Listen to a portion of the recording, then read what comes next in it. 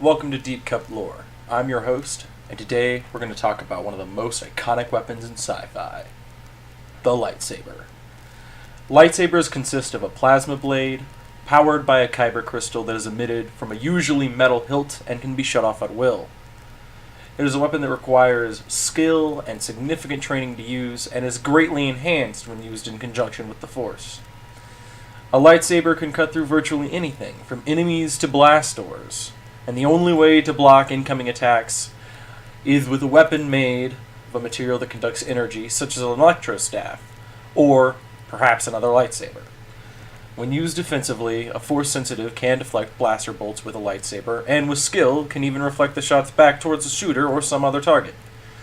Lightsaber combat was divided into 7 rudimentary forms.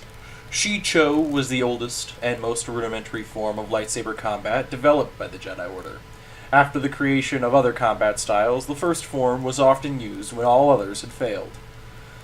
Makashi was the second form of lightsaber combat invented by the Jedi Order. A graceful combat style, it became a specialist form for duels with opponents belonging to the Sith Order. Sarisu was the third form of lightsaber combat created by the Jedi Order. It was more focused on defense than attack.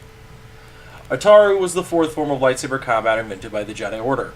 An acrobatic combat style, Ataru can be used to defend against incoming projectiles and was best suited for open spaces. Niman was the sixth form of combat used by members of the Jedi Order. It was used to combine double-bladed lightsaber combat with Force abilities, like pushes and lifts. Vapad was the seventh form of lightsaber combat.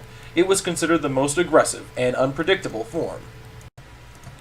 Though it is unknown when the first lightsaber was created, it is known that they were in use thousands of years before the Age of the Republic and the Great Scourge of Malachor. Lightsabers took on a more prominent role in galactic affairs as the Clone Wars came to pass. Jedi, previously peacekeepers, became Jedi generals of the Grand Army of the Republic, and thus began using their lightsabers more often than they had in their role of peacekeeping. As the Clone Wars ended and the Jedi Purge took place, lightsabers became a rarity in the galaxy, as the Jedi who once used them were greatly reduced in number.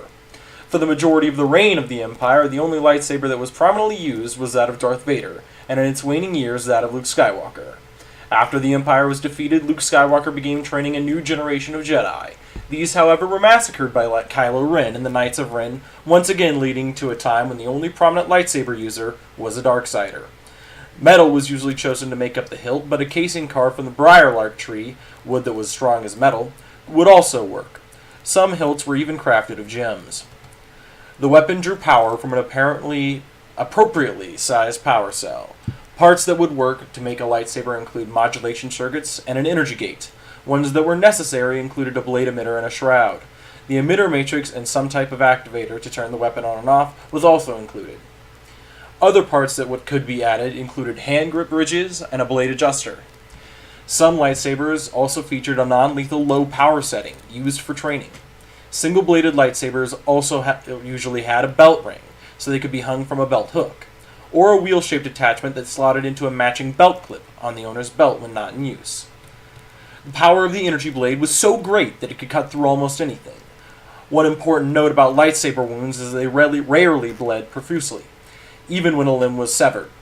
This is because the energy blade cauterized the wound as it passed, and thus even a severe wound did not tend to bleed heavily. The lightsaber was a tool of peace for the Jedi for thousands of years, and was a symbol of justice throughout the galaxy. And in real life it has become iconic since the first time it hummed on the silver screen. Now, I'd like to thank you for joining me. This has been the first video on my channel.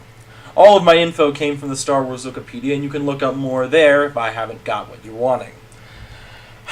If you liked what I had, be sure to like it and subscribe. I'd really appreciate you sticking around and seeing what I might have to offer.